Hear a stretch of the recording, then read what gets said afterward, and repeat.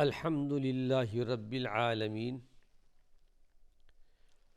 والعاقبۃ للمتقین والصلاة والسلام علی سید المرسلین۔ ناظرین کرام، السلام علیکم ورحمۃ اللہ وبرکاتہ۔ ایمانی صفات کا عنوان لے کر آپ کی خدمت میں حاضر ہوں۔ ایمانی صفات کے تعلق سے وہ ہدایات اللہ کے پیارے پیغمبر کے آپ کے سامنے پیش کر رہا ہوں، جس میں مرد مومن کی شان یہ ہے حلم، تحمل، بردباری اور برداشت کا مادہ رکھتا ہے۔ جیسا کہ اللہ کے پیارے پیغمبر محمد صلی اللہ علیہ وسلم نے ایک مرتبہ 3 مرتبہ فرمایا، جب تم میں سے کسی کو غصہ آ جائے تو پس چاہیے کہ وہ خاموش ہو جائے۔ 3 مرتبہ آپ نے دہرایا، اس لیے کہ خاموش ہو جانا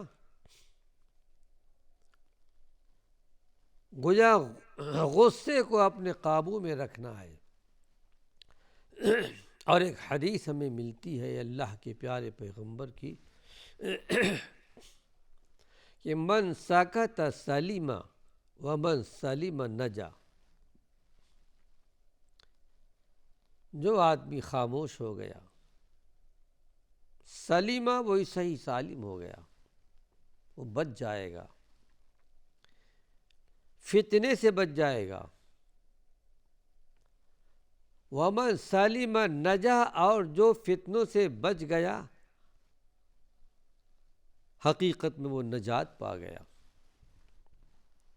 بڑی پیاری نصیحت ہے اللہ کے پیارے پیغمبر کی۔ کوئی آدمی برا بھلا کہہ رہا ہو، آدمی خاموش ہو جائے، کچھ جواب نہ دے، یقیناً سامنے والے پر بھی بڑا گہرا اثر پڑے گا۔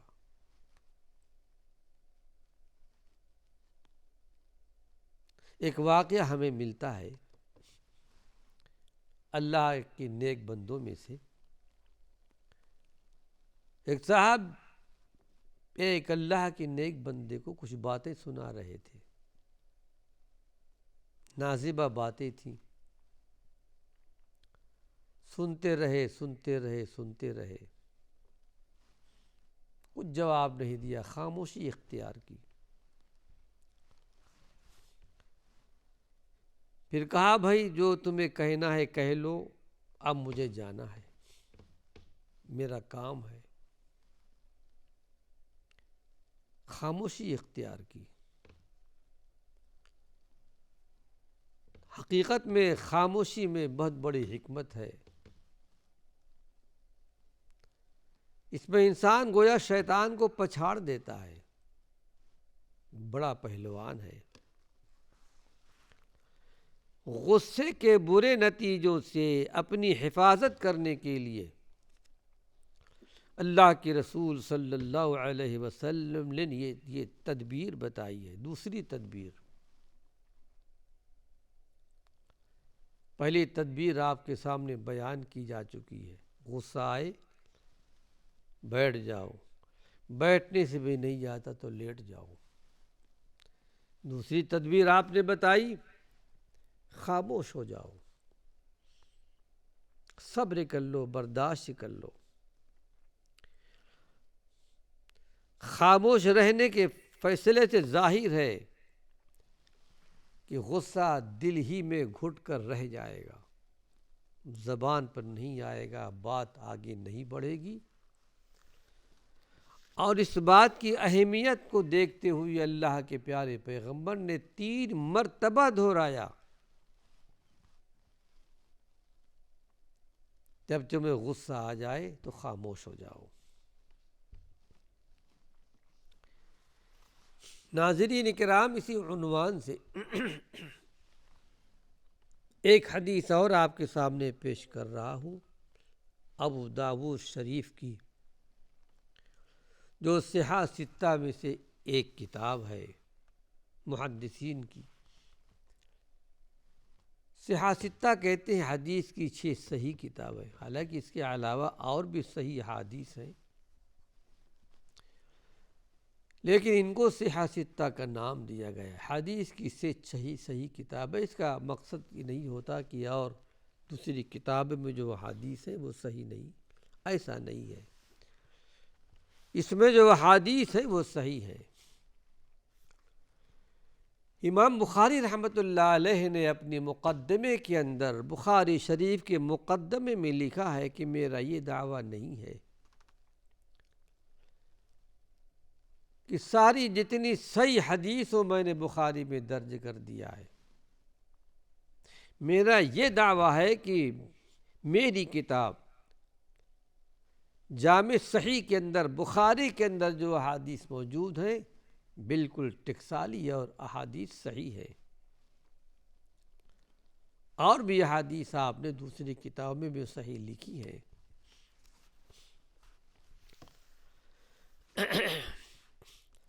روایت حضرت عطیہ بن عروہ السعدی سے، صحابی رسول ہے عطیہ، یہ صحابی رسول کا نام ہے۔ کہتے ہیں قال قال رسول اللہ صلی اللہ علیہ وسلم، اللہ کے نبی صلی اللہ علیہ وسلم نے ارشاد فرمایا، ان الغضب من الشیطان، غصہ، غضب حقیقت میں یہ شیطان کی طرف سے ہے۔ شیطان وسوسہ ڈالتا ہے، غصے پر ابھارتا ہے۔ وَإِنَّ الشَّيْطَانَ خُلِقَ مِنَ النَّارِ، شیطان کی صفت تو یہ ہے کہ اس کی خلقت آگ سے ہے، اللہ نے آگ سے پیدا کیا۔ فرشتوں کو اللہ نے نور سے پیدا کیا، جنوں کو، شیاطین کو اللہ نے آگ سے پیدا کیا۔ اور حقیقت میں شیطان ابلیس لعین کون تھا؟ کان من الجن، جنوں میں سے تھا، انہی میں سے شیطان پیدا ہوئے، شیطان کی ذریت پیدا ہوئی۔ تو شیطان آگ سے پیدا کیا گیا ہے۔ وَإِنَّمَا تُطْفَأُ النَّارُ بِالْمَاءِ، اصول یہ ہے کہ آگ کو بجھانے کے لیے پانی کا استعمال کیا جاتا ہے،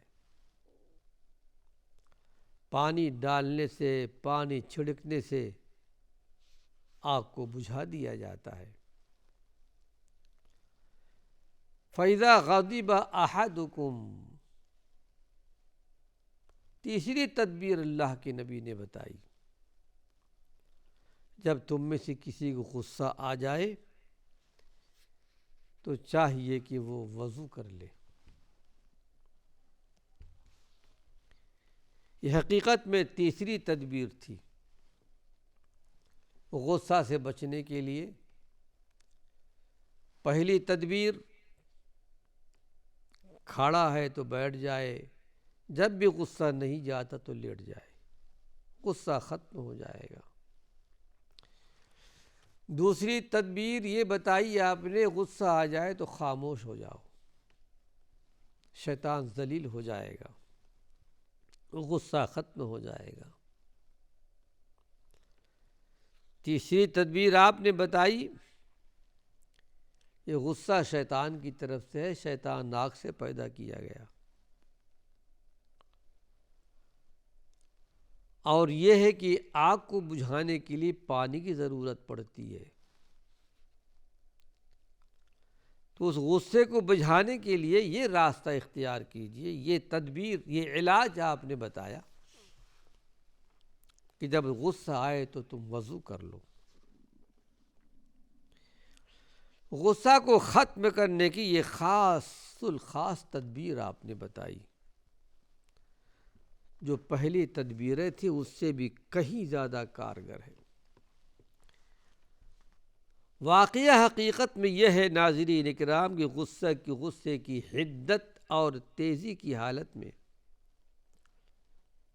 اگر اللہ کے رسول صلی اللہ علیہ وسلم کا یہ ارشاد یاد آ جائے، یہ حدیث یاد آ جائے اور آدمی اٹھے اور اچھی طرح پورے طریقے سے وضو کے پورے آداب کا لحاظ کرتے ہوئے وضو کر لے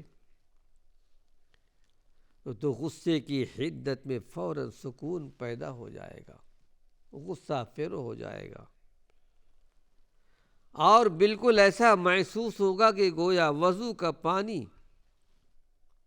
براہ راست غصے کی بھڑکتی ہوئی آگ پر پڑی ہے، اس کا غصہ ختم ہو جائے گا۔ غصہ ختم کرنے کی اللہ کے پیارے پیغمبر نے 3 تدابیر بتائی ہیں۔ آپ دنیا کے سب سے بڑے حکیم تھے، نافرمانیوں سے بچنے کا طریقہ بھی آپ نے بتایا۔ صرف یہ نہیں کہ نافرمانیوں سے بچو، گناہوں سے بچو، تدبیر بھی آپ نے بتائی۔ پھر آئیے ایک اور بڑی پیاری حدیث آپ کے سامنے پیش کرتا ہوں، جس کو احمد بن حنبل رحمۃ اللہ علیہ نے پیش کیا ہے۔ احمد بن حنبل رحمۃ اللہ علیہ ائمہ عظام میں ان کا ایک بہت بڑا مقام، بہت بڑا رتبہ ہے۔ حدیث کی دوسری کتاب لکھی گئی مسند احمد کے نام سے، تقریباً 12 جلدوں کے اندر ہے۔ اس حدیث کی خصوصیت یہ ہے ناظرین کرام، ایک علم کی حیثیت سے پیش کر رہا ہوں، جیسے کہ امام حضرت عائشہ صدیقہ سے جتنی روایات آئی ہیں ایک ساتھ جمع کر دیا ہے، حضرت ابو ہریرہ رضی اللہ عنہ سے جتنی احادیث آئی ہیں ایک ساتھ جمع کر دیا ہے، چاہے کسی مسئلے سے تعلق رکھتا ہو۔ ابو ذر غفاری سے جتنی روایتیں ہیں اس طرح ہر راوی کی حدیث کو ایک مقام پر جتنی روایات ہیں اس کو جمع کر دیا ہے۔ لیکن بعد میں اور بھی محدثین پیدا ہوئے، اللہ ان کو جزائے خیر دے، جس کو مسئلے کی حیثیت سے جہاں جہاں جن جن مسائل کی ضرورت تھی اس کو وہاں پر نوٹ کر دیا گیا ہے۔ احمد بن حنبل رحمۃ اللہ علیہ، بہت بڑی آزمائش آئی تھی آپ پر، اس امت کا ایک بہت بڑا فتنہ اٹھا تھا خلق قرآن کا، نعوذ باللہ قرآن مخلوق ہے۔ وقت کے خلیفہ مامون اور اس کے بعد آنے والے یہ عقیدہ تھا قرآن حکیم مخلوق ہے جس طرح تمام مخلوقات ہے۔ سینہ سپر ہو کر کے آپ کھڑے ہو گئے، توحید کا علم بلند کیا اور کہا القرآن کلام اللہ لیس بمخلوق، قرآن اللہ کا کلام، اللہ کی صفت ہے، مخلوق نہیں ہے۔ جس طرح اللہ کی ذات خالق ہے، لیس کمثلہ شیء، اسی طرح اللہ کی صفات بھی ہے، لیس کمثلہ شیء، ایک توحید کا عقیدہ ہے۔ احمد بن حنبل پر کوڑے بھی لگائے گئے بڑی شدت کے ساتھ۔ پھر ایک دور ایسا بھی آیا جیل میں بھی گئے، صعوبتیں برداشت کیں، لیکن تاریخ میں ایک اہم پہلو بھی ہمارے اور آپ کے سامنے آیا ہے۔ خلق قرآن کے سلسلے میں جب کوڑے پڑ رہے تھے، سننے والے نے سنا، کہتے ہیں اے پروردگار عالم، کوڑے لگانے والے کو معاف فرما دے۔ یہ درجہ، یہ مقام اللہ نے ان کو دیا تھا۔ تو ایک مختصر سا تعارف کرا دیا ہے میں نے مسند احمد کی، احمد ابن حنبل رحمۃ اللہ علیہ کی۔ یہ اسلامی تاریخ ذہن میں ہونی چاہیے۔ احمد ابن حنبل رحمۃ اللہ علیہ ایک روایت نقل کرتے ہیں کہ اللہ کے لیے غصے کو پی جانے کی فضیلت کیا ہے، اس کا بدلہ کیا ہے۔ اگر کسی آدمی کو غصہ آتا ہے، غصے کو پی جاتا ہے، اس کی فضیلت کیا ہے، اس کا صلہ، اس کا بدلہ کیا ہے۔ بڑی پیاری حدیث ہے، سنیے۔ اس حدیث کو روایت کرنے والے عبداللہ بن عمر رضی اللہ عنہ، عمر ابن خطاب کے صاحبزادے عبداللہ بڑے عابد و زاہد تھے۔ عمر چھوٹی تھی، لیکن اللہ کے پیارے پیغمبر سے جو کچھ سنا تھا یاد کر لیا اور اس کو بیان کیا۔ وہ حدیث ہم تک اور آپ تک پہنچی۔ کہتے ہیں قال قال رسول اللہ صلی اللہ علیہ وسلم،